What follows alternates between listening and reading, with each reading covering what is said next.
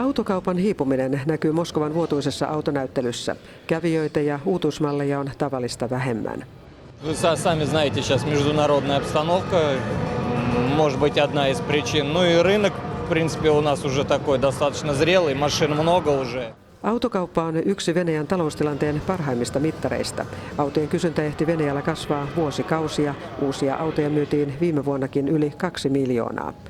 Lasku alkoi jo vuoden alussa ja nyt myynti on pudonnut jo yli 5% viime vuoteen verrattuna. Autokaupassa käy nyt entistä harvemmin nimenomaan keskiluokka, johon taantuva talous on iskenyt pahimmin. Kaikkein parhaiten tästä alamäestä näyttävät selviytyneen nimenomaan kaikkein kalleimmat automerkit, kuten esimerkiksi tämä. Jo yli 70% Venäjällä myytävistä autoista tuotetaan länsimaisten yhtiöiden Venäjälle perustamissa tehtaissa.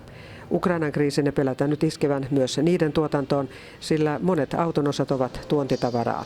Venäjä aikoo vastata lännen uusiin pakotteisiin autojen ja autonosien tuontikielloilla. Для кого тогда все это делается и зачем? Я думаю, это рано или поздно. Я думаю, рано уже все это закончится и все станет на свои места, и рынок опять начнет расти. Ongelmat on huomattu myös Venäjän hallituksessa. Pakotteiden vastapainoksi on jo suunnitteilla tukiaisia. Правительство Российской Федерации собирается выделить 10 миллиардов рублей на поддержку продаж. И это хороший знак. Tuella on myös tarkoitus korvata venäläisellä tuotannolla niitä autonosia, joita nyt tuodaan ulkomailta.